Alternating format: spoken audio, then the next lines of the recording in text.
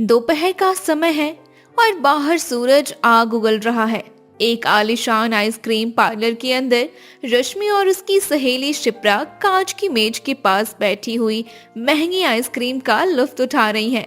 तभी रश्मि कहती है, यार शिप्रा, यहाँ का एसी कितना जबरदस्त है यार, एकदम सुकून मिल रहा है मुझे तो। हाँ यार, सच कह रही है, बाहर तो बहुत गर्मी है। सच कहूँ तो मैं 1 मिनट भी बिना एसी के नहीं रह सकती।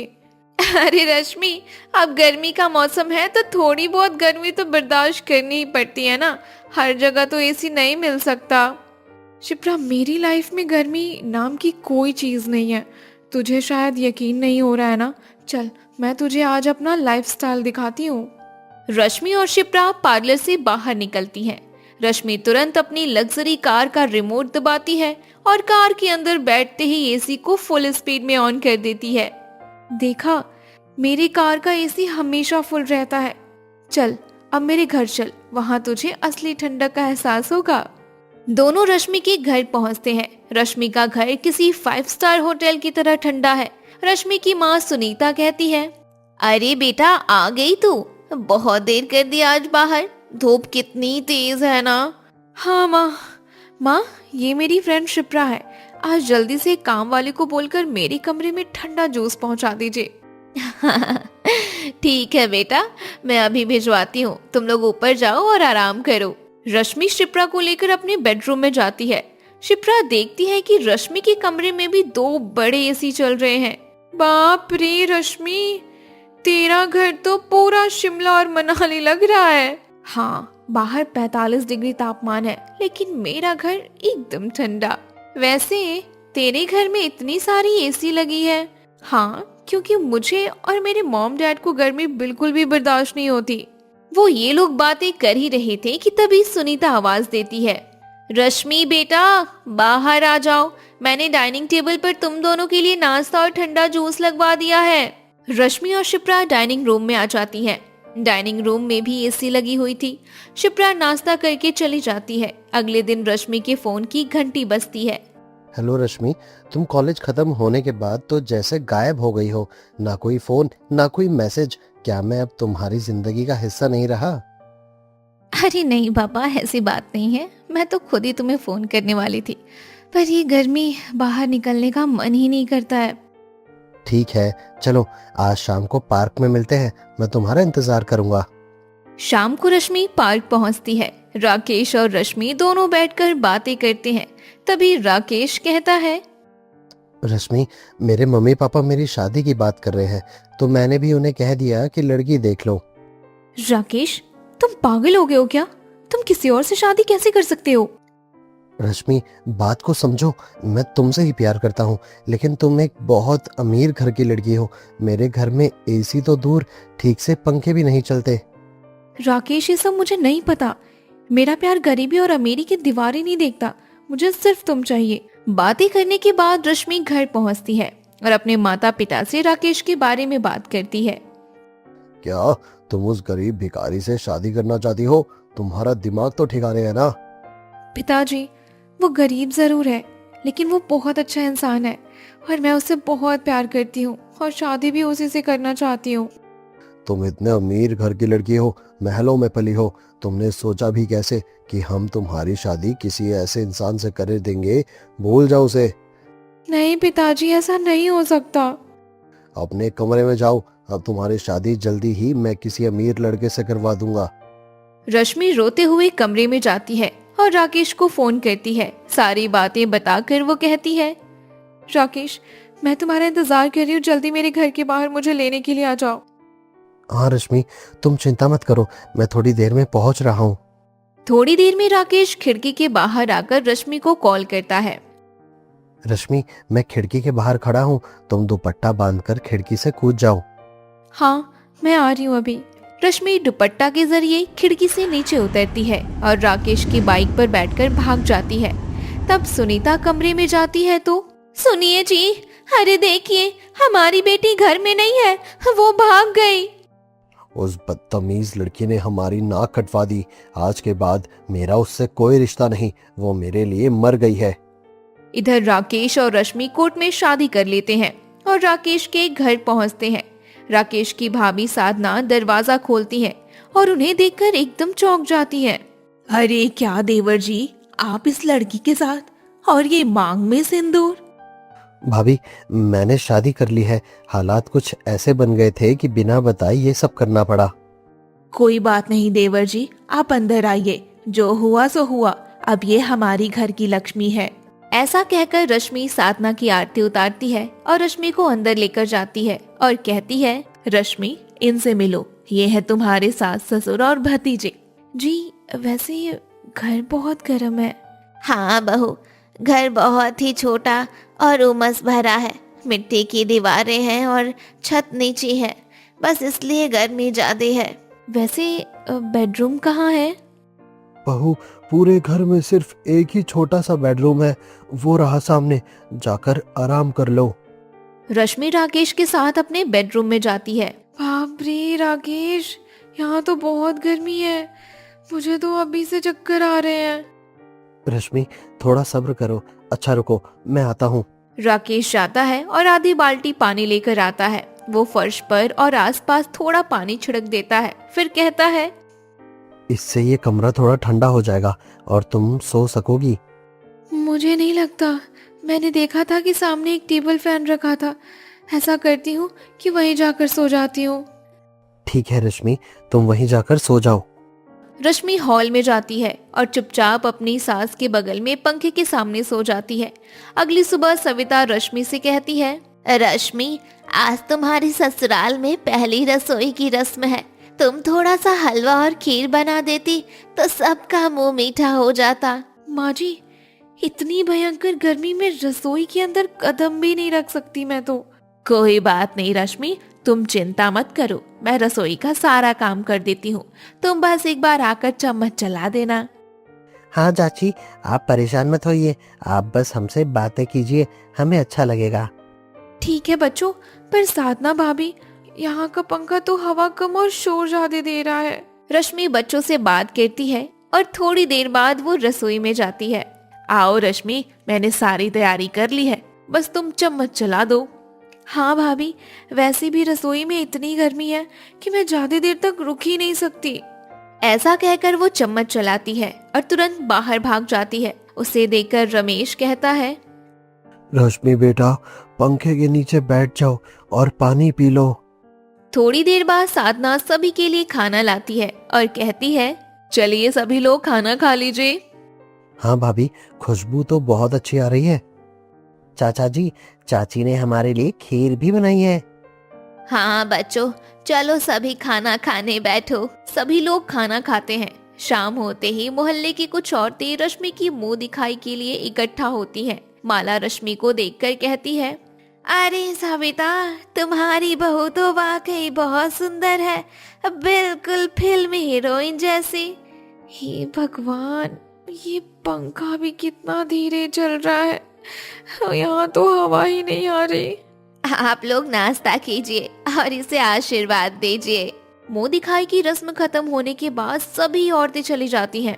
रश्मि राहत की सांस लेती है और रात हो जाती है। रात होते ही अपने कमरे में राकेश रश्मि से कहता है, रश्मि क्या हुआ, तुम्हारा पारा इतना चढ़ा हुआ क्यों है? राकेश, क्या तुम एक पंखा तक ठीक नहीं करवा सकते? इस कमरे में भट्टी जैसी गर्मी है, मैं यहाँ कैसे रहूं? रश्मि, मैंने तुम्हें शादी से पहले सब बताया था। ठीक है, मुझे बहस नहीं करनी है। एक काम करो, तुम हॉल में जाकर टेबल फैन के सामने सो जाओ। रश्मि अपना तकिया लेकर हॉल में आती है और वो देखती है कि गर्मी में एक टेबल फैन के नीचे पूरा ससुराल सो रहा था। तभी सविता जाग जाती है और रश्मि को देखकर कहती है, क्या हुआ रश्मि बेटा, अंदर कमरे में गर्मी लग रही है क्या? आ जाओ, हमारे पास यहाँ सो जाओ। जी माँ जी, मैं यहीं सो जाती हूँ। हाँ बेटा, हमारे घर में एक ही टेबल फैन है, वो भी बहुत पुराना। रश्मि सविता के पास तो लेट जाती है, पर रश्मि को पूरी रात ठीक से नींद ही नहीं आती। अगली सुबह जब वो उठती है तो उसकी आंखें सूजी हुई थी। अरे रश्मि बेटा, क्या रात को अच्छे से नींद नहीं आई क्या? नहीं माँ जी, मुझे बहुत ज्यादा गर्मी लग रही थी। बेटा, पैसे की तंगी है, अभी दोनों बच्चों की स्कूल की फीस भी देनी है और तुम्हारे ससुर जी की दवाइयों में भी तो बहुत खर्चा हो गया, इसलिए एक और पंखा नहीं हो पा रहा बेटा। हाँ बहू, राकेश की नौकरी भी छोटी है, पर तुम चिंता मत करो, हम धीरे धीरे पैसे जोड़कर एक पंखे का जुगाड़ जरूर करेंगे। रश्मि वहाँ सो जाती है। अगले दिन शाम को सविता रश्मि से कहती है, चलो रश्मि, बाजार से ताजी सब्जियां ले आते हैं, इसी बहाने तुम्हारी सैर भी हो जाएगी। सविता रश्मि दोनों बाजार जाती हैं। रास्ते में रश्मि को अचानक अपनी पुरानी सहेली शिप्रा मिल जाती है। अरे रश्मि, मुझे पता चला कि तूने राकेश से शादी कर ली। हाँ यार, सही सुना। वैसे इस गर्मी में तू बाहर क्या कर रही है? मुझे तो लगा था कि तू आज भी एसी और कूलर में ही बैठी होगी। हाँ शिप्रा, बस सब्जी लेने आई थी। तेरे घर में 2-2, 3-3 एसी हर जगह लगे हुए थे। तेरे ससुराल वालों ने भी तेरे लिए कोई खास इंतजाम तो किया होगा ना।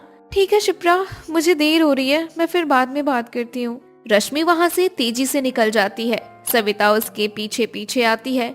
दोनों घर आती हैं और फिर रश्मि सविता से कहती है, माँ जी, मुझे बहुत गर्मी लग रही है, मैं जाकर नहा लेती हूँ, शायद थोड़ा सुकून मिल जाए। ऐसा कहकर रश्मि नहाने चली जाती है। रश्मि के जाने के बाद सविता साधना से कहती है, साधना, आज रश्मि की सहेली मिल गई थी, उसने रश्मि को बहुत सुनाया, वो बेचारी बहुत गर्मी बर्दाश्त कर रही है। हाँ माँ जी, जब उसने प्यार के लिए घर छोड़ा तो मुश्किलें तो आएंगी ही। लेकिन बहू, हमें उसके लिए कुछ तो करना होगा ना। हाँ माँ जी, ये बात तो आप सही कह रही हैं। ऐसे ही कुछ दिन बीत जाते हैं। एक दिन रश्मि की बुआ सास अपनी बेटी मालती के साथ वहाँ रहने आती हैं। शिवानी दीदी, आपका आना बहुत दिनों बाद हुआ है। हाँ सविता, हमारे गांव में सूखा पड़ा है, गर्मी के कारण हाल खराब है, इसलिए सोचा किसी बहाने तुम्हारे घर घूमने आ जाऊं। वैसे मामी, बहुत प्यास लगी है मुझे। हाँ बेटा, रश्मि बहू, जरा नींबू पानी बना कर तो लाओ। जी माँ जी, मैं अभी लाती हूँ।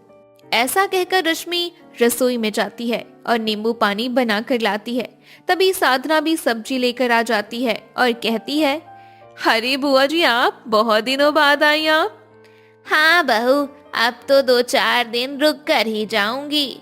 हाँ, और मुझे तो रश्मि भाभी से बहुत सारी बातें भी करनी है। बातें तो ठीक है, लेकिन रात का क्या? पहले से ही गर्मी में एक टेबल फैन के नीचे पूरा ससुराल सोता है। ऐसे ही रात हो जाती है। हॉल में सभी लोग चटाई पर सोते हैं। तभी रश्मि अपनी तकिया लेकर वहाँ आती है और कहती है, माँ जी, मैं कहाँ सोऊं? रश्मि, यहाँ जगह तो नहीं है, लेकिन तुम मेरी जगह पे सो जाओ। ऐसा कहकर साधना पंखे से नीचे उठकर कमरे के कोने में चादर बिछाकर सो जाती है और रश्मि पंखे के नीचे सो जाती है। ऐसे ही एक रात खाने के समय अचानक बिजली चली जाती है और पंखा बंद हो जाता है। रश्मि कहती है, राकेश, मेरा खाना खाने का मन नहीं है, ये बिजली कब आएगी? पता नहीं, मैं मोमबत्ती जला के लाती हूँ और मैं हाथ से पंखा कर देती हूँ। साधना हाथ का पंखा लेकर रश्मि को हवा करने लगती है। रश्मि चुपचाप खाना खा लेती है। थोड़ी देर बाद बिजली आती है और पंखा नहीं चलता। अरे, ये पंखा क्यों नहीं चल रहा? लगता है इसका मोटर जल गया है। अब तो पूरी रात बिना पंखे के गुजारनी होगी। सभी लोग बिना पंखे के सो जाते हैं। रश्मि भी अपने कमरे में जाकर सोने की कोशिश करती है, लेकिन उसे नींद ही नहीं आती और वो पूरी रात जागती रहती है। अगले दिन रश्मि राकेश से कहती है, राकेश प्लीज, आज सबसे पहले ये पंखा सुधरवा दो, मैं एक और रात ऐसे नहीं काट सकती। ठीक है रश्मि, मैं ऑफिस जाते वक्त इसे मिस्त्री को दे दूंगा, शाम तक ये ठीक हो जाएगा। राकेश पंखा लेकर चला जाता है और मिस्त्री को देते हुए कहता है, देखिए, ये पंखा चलते चलते बंद हो गया है, आप इसे सुधार दीजिए।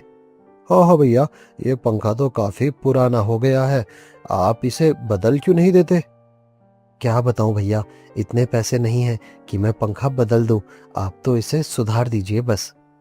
ठीक है, मैं कोशिश करता हूँ कि ये बन जाए, आप शाम को आ जाइएगा। राकेश चला जाता है। शाम को पंखा बन जाता है। राकेश उसे घर लाता है और चालू कर देता है। पंखा तेज हवा देने लगता है। ये देखकर रश्मि खुश होते हुए कहती है, हाँ, शुक्र है, कम से कम अब थोड़ी हवा तो तेज आ रही है। हाँ रश्मि, इस भरी गर्मी में एक टेबल फैन के नीचे पूरा ससुराल है। ये भी ना हुआ तो बड़ी दिक्कत हो जाती है। हाँ साधना, बहुत सही कहती हो। पूरे दिन तो हम बिना पंखे के परेशान हो गए थे। और दादाजी, अब तो हमें रात को नींद भी अच्छी आएगी। समय बीतता है और गर्मी अपनी चरम सीमा पर पहुंच जाती है। एक दिन रश्मि को गर्मी के कारण उल्टियां होने लगती हैं। फिर सविता कहती है, क्या हुआ रश्मि बेटा, क्या तबीयत खराब है? बस चक्कर आ रहा है, गर्मी बर्दाश्त नहीं हो रही अब। रुकिए माँ जी, मैं नींबू पानी बना कर लाती हूँ। हाँ बेटा, नींबू पानी लेकर आ, रश्मि को आराम लगेगा। साधना रसोई में जाती है और नींबू पानी बनाकर लाती है और रश्मि को पिलाती है। राकेश ये सब देखकर मन ही मन सोचता है, रश्मि गर्मी की वजह से बहुत परेशान हो रही है। उसे गर्मी बर्दाश्त करने की आदत नहीं है। मुझे उसके लिए कुछ करना चाहिए। वो अपनी ऑफिस की छुट्टी के बाद एक फैक्ट्री में जाता है और मालिक से कहता है, सर, मुझे ओवरटाइम काम दीजिए। चाहे कोई भी छोटा मोटा काम हो, मैं कर लूंगा। मुझे अपनी पत्नी के लिए कूलर खरीदना है। क्या तुम लोडिंग का काम कर पाओगे? रात के 11 बजे तक ट्रक में डिब्बे लादने होंगे। हाँ सर, मैं सब कर लूंगा। बस मुझे थोड़ा ज्यादा पैसों की जरूरत है। ठीक है, कल से आ जाना। राकेश अब दिन में ऑफिस और रात में फैक्ट्री में मजदूरी करने लगता है। उधर घर पर रश्मि साधना से कहती है, माँ जी देखिए ना, रात के 11 बजने को आए हैं और ये राकेश अभी तक घर नहीं आए। हाँ बेटा, मैं भी यही सोच रही थी, शायद ऑफिस में काम ज्यादा हो। देवर जी ने खाना भी नहीं खाया होगा। मुझे उनकी बहुत चिंता हो रही है, कहीं उनकी तबीयत ना बिगड़ जाए। हाँ साधना भाभी, आप सही कहती हो, उनका कॉल भी नहीं लग रहा है। चिंता मत कर रश्मि बेटा, राकेश शुरू से ही बहुत मेहनती है। शायद ऑफिस में कुछ नया प्रोजेक्ट आया होगा। वे लोग ये बातें कर ही रहे थे कि तभी राकेश घर में आता है। रश्मि उसे देखकर कहती है, राकेश कहाँ थे आप? इतनी लेट क्यों हो गए? और आपके कपड़ों पर इतनी धूल कहाँ से आ गई? अरे कुछ नहीं रश्मि, बस थोड़ा फाइलें इधर उधर करने में धूल लग गई होगी। मैं ठीक हूँ। ठीक है देवर जी, मैं आपके लिए खाना लगा देती हूँ। हाँ बेटा, जल्दी से खाना लगा दे, फिर राकेश खाना खाकर आराम भी तो करेगा ना। अगले कुछ दिन राकेश का यही रूटीन रहता है। एक दिन फैक्ट्री में राकेश ओवरटाइम कर रहा है। अचानक महेंद्र मुआयना करने पहुंच जाते हैं। महेंद्र राकेश को देखकर चौंकते हुए कहते हैं, राकेश, तुम यहाँ? तुम तो एक प्राइवेट ऑफिस में क्लर्क की नौकरी करते थे ना? ससुर जी, आप यहाँ? हाँ, लेकिन तुम यहाँ कैसे? असल में रश्मि गर्मी बर्दाश्त नहीं कर पाती है और मैं बस उसके लिए कूलर खरीदना चाहता हूँ, इसीलिए मजदूरी कर रहा हूँ। इतना प्यार! मैंने तो सोचा था कि ये लड़का लालची होगा, पर ये तो उसकी खुशी के लिए अपनी जान दांव पर लगा रहा है। ठीक है राकेश, अपना काम जारी रखो। इधर महेंद्र घर पहुंचकर सुनीता को सारी बात बताता है। मेरी बच्ची पता नहीं कैसे होगी, मुझे उससे मिलना है। हाँ सुनीता, हमने अपने दामाद को गलत समझा। मुझे इसका पछतावा है। फिर देर किस बात की, चलिए ना उन दोनों से मिलते हैं। हाँ, हम जरूर चलेंगे, पर आज नहीं। ऐसे ही कुछ दिन बीत जाते हैं। आज रश्मि सुबह उठती है तो राकेश उसे गुलाब का फूल देता है और कहता है, रश्मि, जन्मदिन मुबारक हो। अरे वाह, तुम्हें याद था? हाँ भला, मैं कैसे भूल सकता हूँ। तुम जल्दी से तैयार हो जाओ, मैं थोड़ी देर में आता हूँ। तुम्हारे लिए एक बहुत बड़ा सरप्राइज है। ऐसा कहकर राकेश वहां से चला जाता है। फिर रश्मि सज धज कर तैयार होती है। थोड़ी देर बाद राकेश एक बड़ा सा कूलर लेकर अंदर आता है और रश्मि से कहता है, सरप्राइज! रश्मि, ये देखो, ये तुम्हारे लिए। वाह कूलर! अरे ये तो कितना बड़ा है, पर इतने पैसे कहाँ से आए? वो छोड़ो रश्मि, आज से तुम्हें गर्मी में परेशान होने की जरूरत नहीं। ये कूलर अब तुम्हारे कमरे की शान बढ़ाएगा। पर राकेश, आपके हाथों में ये चोट कैसे लगी? कहीं आप?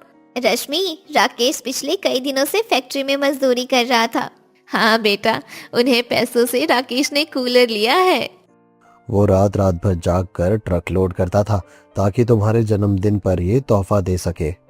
मुझे माफ कर दो राकेश, मैं कितनी स्वार्थी थी। मैं सिर्फ अपनी तकलीफ के बारे में सोचती रही, पर तुमने तो मेरे लिए। उस समय महेंद्र और सुनीता मिठाई की डब्बे लेकर अंदर आते हैं और रश्मि उन्हें देखकर चौंक जाती है। पिताजी, माँ, आप यहाँ? मेरी बच्ची, जन्मदिन मुबारक हो। हैप्पी बर्थडे बेटा। आज हमें अपनी गलती का एहसास हो गया। जो इंसान अपनी पत्नी के लिए इतनी मेहनत कर सकता है वो उसे कभी दुखी नहीं रखेगा। हाँ राकेश बेटा, हमें माफ कर दो, हमने तुम्हें बहुत भला बुरा कहा।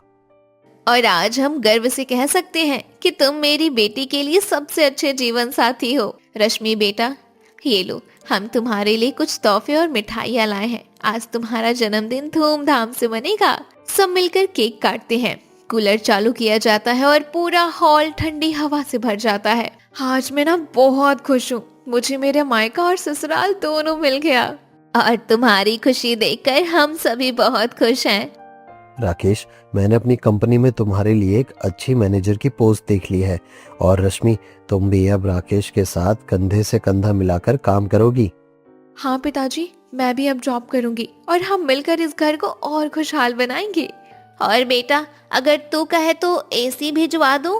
नहीं माँ, मुझे अब एसी की जरूरत नहीं है। मेरे ससुराल का प्यार ही मेरे लिए काफी है। आज मेरा पूरा परिवार एक हो गया। एक टेबल फैन से शुरू हुआ ये सफर आज कूलर तक पहुंच गया। और कल अपनी मेहनत से हम और भी आगे जाएंगे माँ। कमरे में कूलर की घरघराहट के बीच ठंडी हवा चल रही है, लेकिन उससे भी ज्यादा सुकून उस छोटे से घर के सदस्यों के चेहरे पर है।